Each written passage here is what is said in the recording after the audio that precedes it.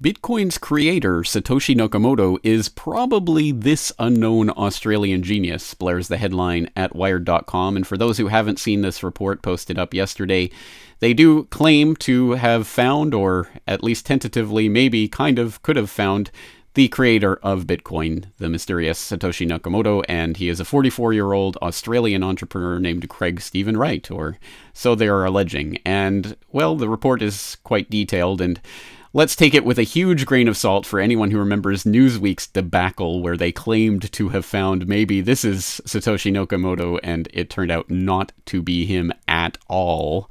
And that blew up in Newsweek's face. So let's take this report with a grain of salt. But they do provide some evidence for their assertion here, some of which is quite circumstantial.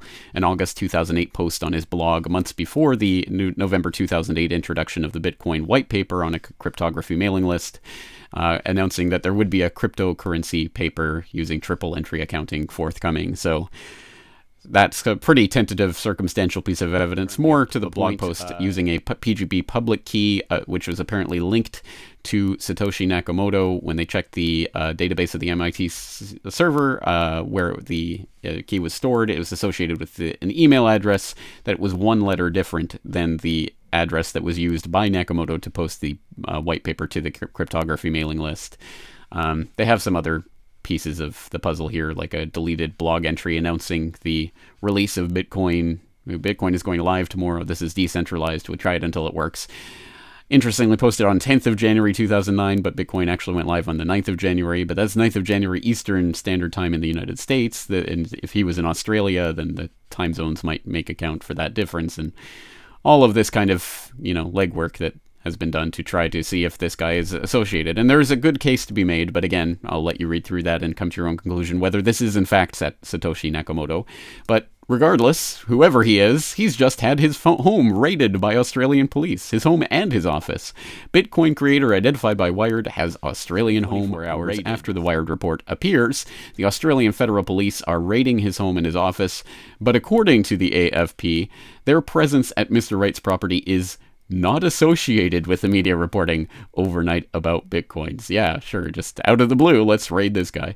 So there's some obvious shenanigans going on here, and it looks like more of the demonization that I think we should know is just par for the course here for anything that goes against or outside or around the system in the peer-to-peer economy that we've talked about before here on the program. But for those who need a reminder of just some of the latest pieces of that puzzle, of course, after the November 13th Paris terror attacks, we had group claims Bitcoin may have been used to fund Paris terrorist attacks, where it's talking about this ghost security group, an offshoot of Anonymous, who describe themselves as a counterterrorism network that combats extremism on the digital front lines and disrupts ISIS social media accounts and all of that jazz.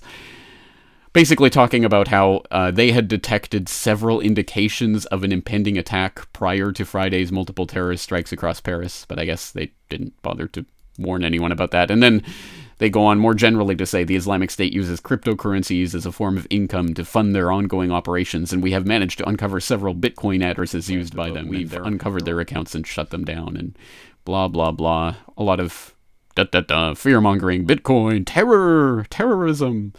Oh, how dare people use a currency that isn't created out of debt by a central bank owned by the private banksters under the thumb of a tyrannical government. How dare you try to go outside the system like that? Be afraid. Terror. And, of course, just coincidentally, the European Commission, just a couple of days after that, released a memo talking about how they had a publication coming out that was examining Bitcoin's role in terrorist financing, supposedly unrelated to the attacks of Paris. It had been planned for months, but coming out just a few days later.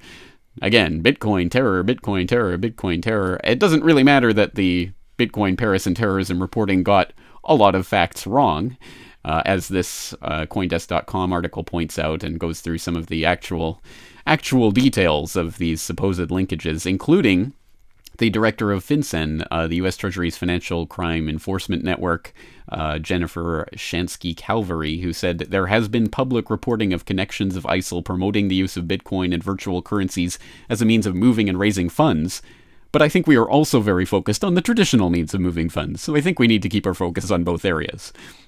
I.e., yeah, they still use cash to buy things as well, and whatever else, whatever other ways they use to transfer money. But of course, that gets transformed in the headlines, like the American banker, to ISIL may be using. Well, again, it's taking the comment completely wrong. But that's the type of reporting we've been getting on Bitcoin and really anything to do with the peer-to-peer economy lately. And, well, again, it's just is reinforced. No matter how many times these types of things are debunked, they come back again. Bitcoin report, ISIS utilizing digital currency to fund terror operations, conceal cash.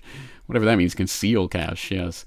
And again, the Ghost Security Group. So again, this anonymous group that, could be anyone, including whatever alphabet soup, three-letter intelligence agency wants to claim it is anonymous, is going around talking about how the, terror, Bitcoin terror. So there you go, folks. And for those who think that this is only something that affects Bitcoin, and for people who think Bitcoin is the mark of the beast or whatever it is that people think it is, well, if you want gold-backed currency as well, you better watch out, because guess what? Ghost Security Group spokesman Michael Smith II said that counter-terror officials are concerned that the Islamic State is receiving gold and other large volumes of monetary instruments like virtual cash to carry out their nefarious plans. So again, that is not this funny money fiat debt-based slave currency issued by central banks must be a terror currency because it cannot be tracked and traced and controlled at all times.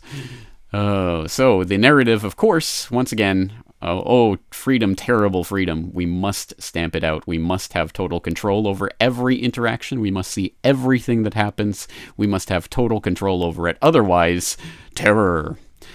Well, just continuing that trend, unfortunately, this just out today. California shooters borrowed $28,000 before attack. Source. And this is talking about apparently a $28,000 loan that these suspects in the San Bernardino shooting apparently took out. And the San Bernardino shooting and all of the anomalies and craziness surrounding it, showing that it is likely, like a lot of these other attacks, phonier than a $3 bill, with now witnesses coming out saying there were 3 attackers and they were white men. And but who cares about that? It's clearly this mother who abandoned her infant baby to go on a shooting rampage with guns that no one is saying where they actually got the assault weapons they were using. But anyway, all of that aside, $28,000 from an online lender, and guess what? Disclosure of the unsecured loan the husband, Saeed Rizwan Farouk, 28, took out from San Francisco-based Prosper, a peer-to-peer lending service, offered a new glimpse into the money trail under scrutiny by investigators of last week's mass shooting. So, again, this is being put out as if it's really important. Article really doesn't make very much of the fact that Prosper is a peer-to-peer lending service, but interestingly enough, Zero Hedge does. They put that front and center, meet the peer-to-peer lending website that funded the San Bernardino shooters, just swallowing the official San Bernardino story, hook, line, and sinker. And yes, it goes on to really talk in great length about Prosper and its business model and how it works. And for people who don't know about peer-to-peer lending services match investors to borrowers directly to each other, and then the loans are taken out and sent to the borrower, and they pay back, and everyone's happy, right? Unless it's being used to fund terrorism. And it's just a bizarre article, really, from Zero Hedge that goes on to say, we'll simply leave you with 2 images, the first from Prosper's website, and the second from the aftermath of Farouk and Malik's shootout with police. Here's what the pictures have in common: a husband, a wife, a car, and Prosper. We'll leave it to readers to spot the differences. And look, personal loans just got easier through Prosper. And here's what it leads to: terrorism. Oh, we can't have people interacting with each other directly through the peer-to-peer economy. What horror that could bring. People might use that money to do terrorist acts, through banks to do things, to appropriate that money for terrorist acts as well. But let's not talk about that. It's clearly peer-to-peer. Peer-to-peer, we must shut this down. So who is afraid of the peer-to-peer economy? Well, of course, the status quo economy is very much afraid of it. And for people who don't know about the peer-to-peer economy, what it is, why it's revolutionary, how it's being cracked down on, why it's important that people at least start to explore the possibilities that it provides, I'll provide a link to Solutions, the Peer-to-Peer Economy, episode 303 of the Corporate Report podcast. Transcript is up online, the video, the audio.